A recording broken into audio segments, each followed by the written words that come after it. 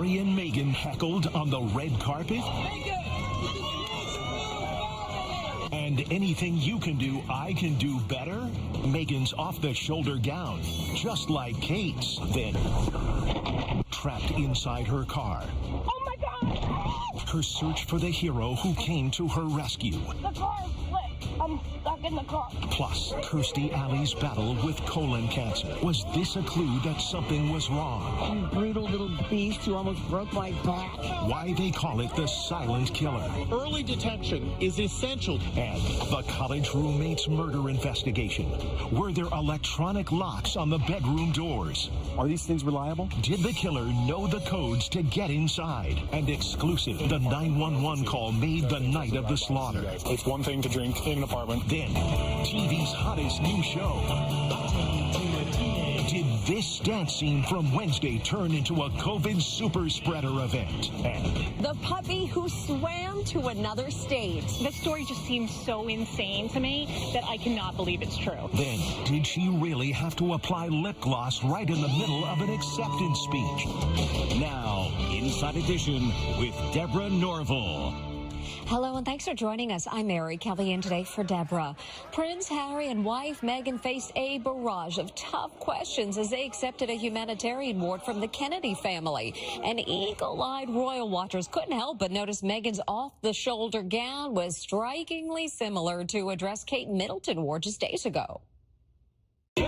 Meghan and Harry got a nasty reception as they arrived at an awards gala in New York last night. What do you think about destroying the royal family? Ouch. Then the heckler took aim at Meghan. But there were supporters there too. Inside, more tough questions for the pair whose controversial documentary series debuts tomorrow and has the British media in a tizzy. Harry, do you have a message for your family? Our Allison Hall was there. There were over 100 journalists packed into this small space waiting for the grand event, Harry and Meghan. And when they came, they were gone as quickly as they walked that red carpet, answering no questions. After a few quick photos, they dashed away, but not before one last hard-hitting barb.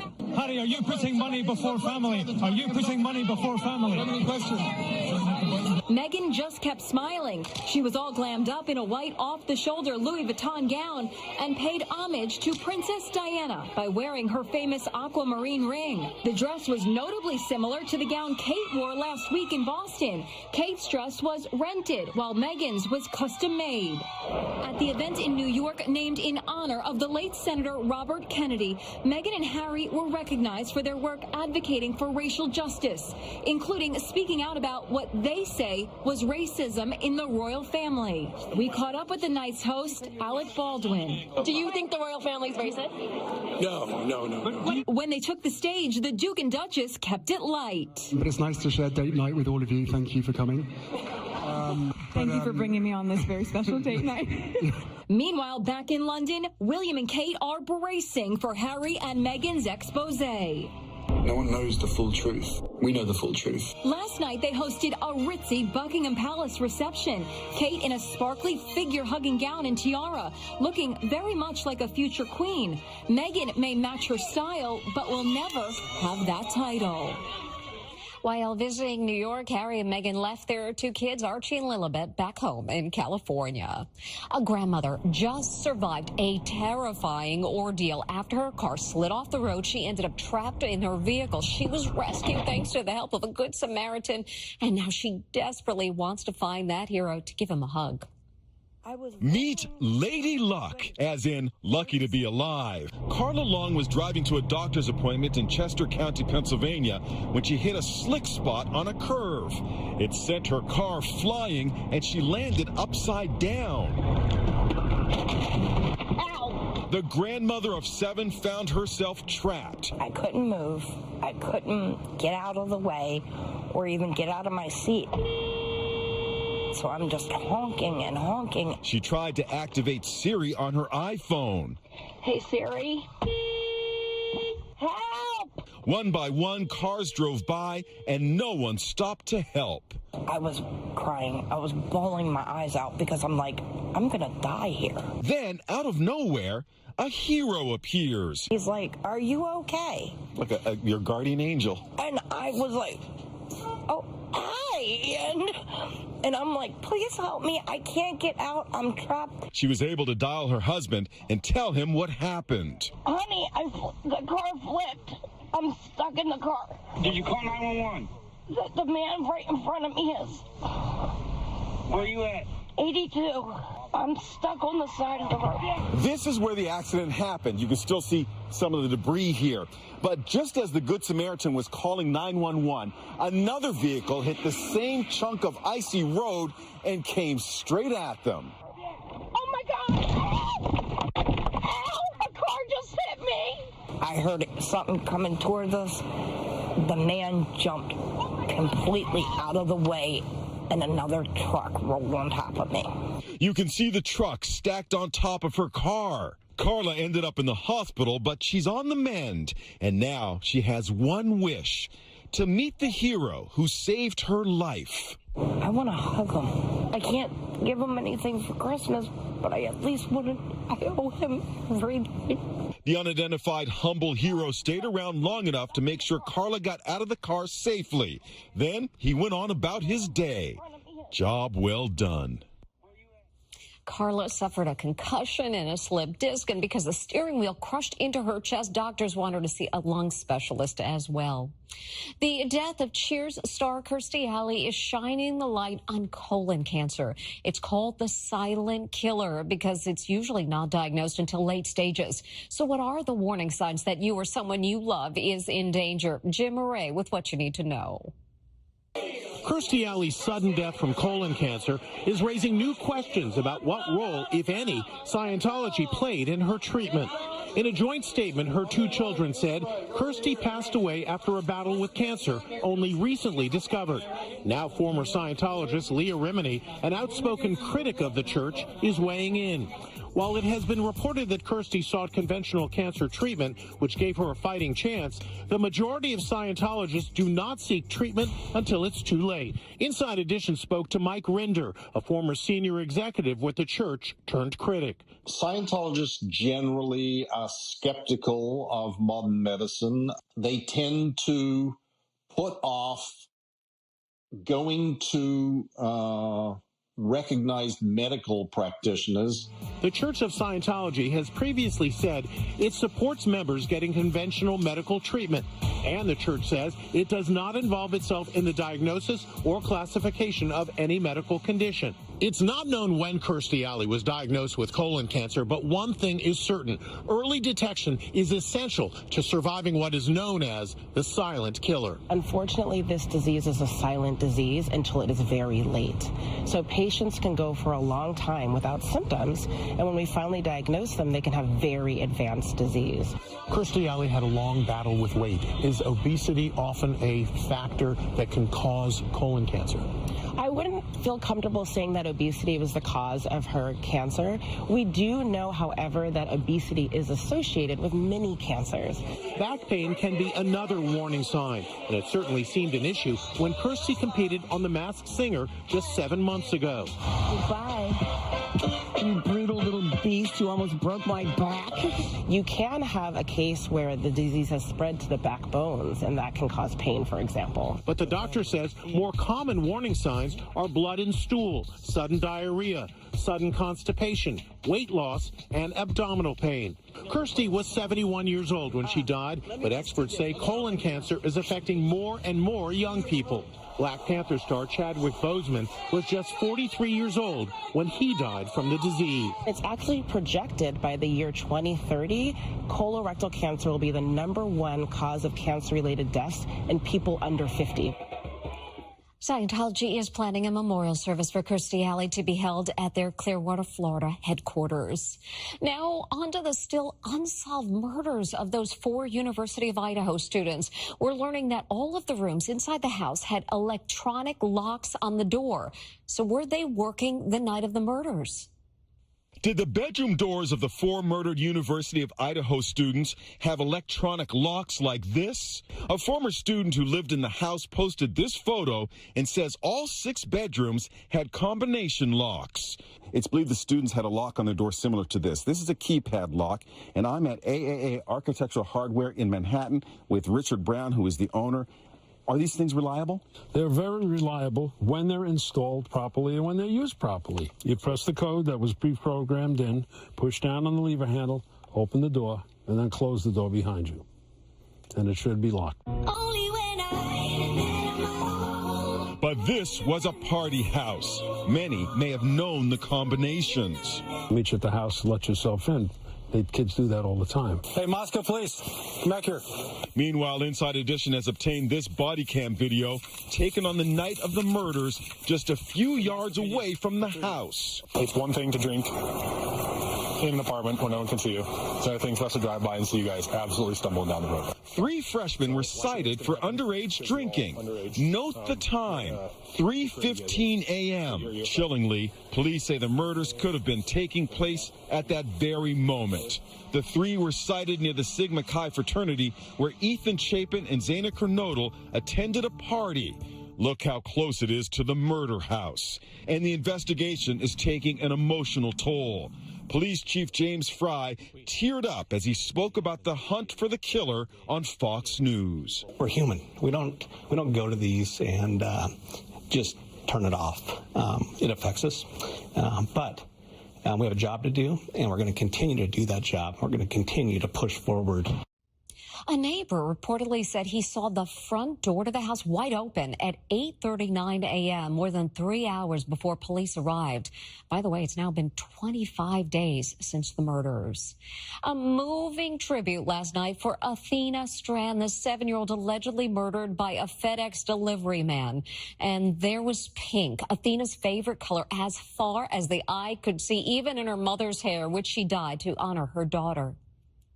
It's a sea of pink as tribute is paid to little Athena Strand, the 7-year-old girl allegedly abducted and murdered by a FedEx driver. She's the best little girl. She really was. Athena's mother, Maitland, dyed her hair pink, Athena's favorite color. Many in the crowd also wore pink. I don't know how to thank you guys for all that y'all have done for my family, but especially for my baby. I just want to keep her face and her story alive because I want everyone to know Athena. And you don't see bikers in pink very often, but these guys did as a tribute to Athena. As they passed her school, pink-clad classmates waved. Athena vanished from the driveway of her home near Fort Worth. Her body was found 2 days later. Tanner Horner, a contract driver for FedEx, is facing a murder charge. I don't care if it's 5 years from now, 10 years from now, 20 years from now. Remember Athena Strand. The FedEx driver being held in the county jail also faces a charge of aggravated kidnapping. The Addams Family spinoff Wednesday is already Netflix's 3rd most watched series of all time. But this dance scene is causing controversy because it was shot while the star had COVID. It's the #1 show on Netflix. But there's controversy surrounding this dance scene from Wednesday, the Addams Family spinoff.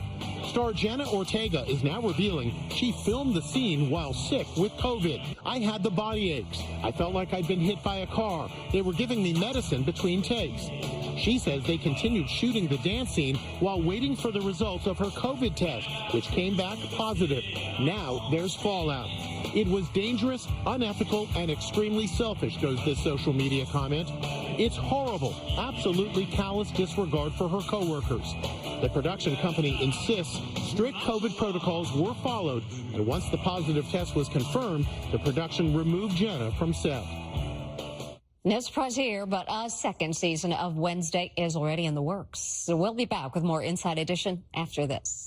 Next. The puppy who swam to another state. This story just seems so insane to me that I cannot believe it's true. Then, did she really have to apply lip gloss right in the middle of an acceptance speech? Inside Edition with Deborah Norville. We'll be right back. Inside Edition. Royale. Were they jealous of Meghan? Meghan just needs to die. Someone needs to kill her. The unprecedented look at Meghan and Harry's private lives. Back time for little Archie. Then, Ellen's DJ Twitch death investigation. The motel where he killed himself shut down. Why his death is touching so many people. And do you know this guy? Billionaire Elon Musk's search for the masked man he says is stalking him. Plus, scream in the night. Did one of the college roommates scream during the murder spree? Listen really closely. So right here, we have the scream. Plus, was Superman super fired? And Donald Trump. America needs a superhero. Wait till you hear what this was about. Next, Inside Edition.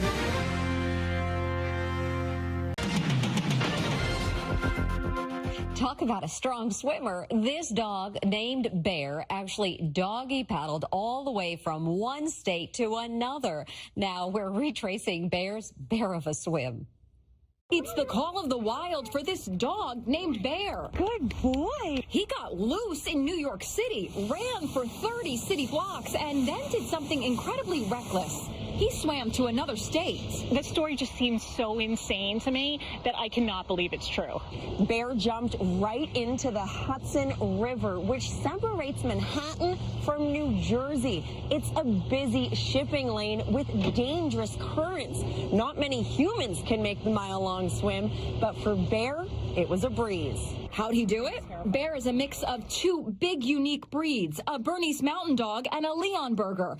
That makes him a natural swimmer. 2 days later, someone heard the dog barking near a pier in Edgewater, New Jersey, and called fire rescue. The dog was literally standing at the end of the pier and we had it pinned. It looked like a dog statue. It was ready to go. He was tired of being underneath there. Bear's owner, Ellen Walpin, got him just last week as a service dog for her special needs son who suffers seizures. Bear took off when something spooked him. Somebody tried to catch him, and he panicked and swerved around them, and then Bear decided to jump into the Hudson and swim to New Jersey. Ellen feared her new dog was dead. How could he survive out there all alone? Patrol boats were out looking for him. Nobody found him. Nobody saw anything. So we just assumed the worst. Bear, you are a miracle. A little trooper. Yeah. Bear's owner joked that next up for him is competing in a triathlon. We think he'd do pretty well.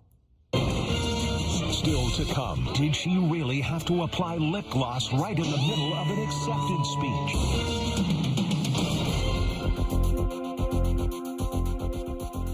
It's award show etiquette. Never upstage someone's acceptance speech. So why was this the ideal time to put on lip gloss? It's the People's Choice Awards moment going viral for all the wrong reasons. Actress Mariska Hargitay was accepting her award when Real Housewives of Beverly Hills personality Kathy Hilton starts fumbling with her handbag. Then she pulls out lip gloss. Yep, lip gloss, and starts applying it on stage. How rude. You can't make this stuff up. To make matters worse, Paris Hilton's mom was apparently so bored, she repeatedly sighed during the speech. Yikes. On the red carpet, the stars sure came dressed to impress. Olivia Wilde donned a sheer black dress. It's being dubbed her revenge dress after her breakup with Harry Styles.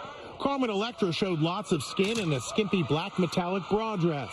And Modern Family star Sarah Hyland flaunted her toned legs in a short black dress. And look at Shania Twain, who wowed in an ab-bearing black and leopard ensemble, complete with a custom hood. Her look was a nod to Shania's iconic 1997 music video. Okay, so you're Brad Pitt. That don't impress me much. On stage, Shania performed that hit song and even made one cheeky change to her famous Brad Pitt lyric. Okay, so you're Ryan Reynolds. That don't impress me much. Please welcome the People's Champion of 2022, my daughter, Lizzo. It was a family affair as Lizzo's mom introduced the singer as she took home the Champion Award. My mama, y'all. When we come back, jacket thief at the zoo. Finally, he went to the zoo with a jacket, but left without one. Oh, my God. This orangutan sees something he likes, this man's jacket. So he unassumingly unzips it, taking it right off the man. Oh, he's taking your jacket off? Oh, my God. Take it off. Help him. Help him. He tries it on. Nice fit. Talk about monkeying around. Adorable. We'll see you next time.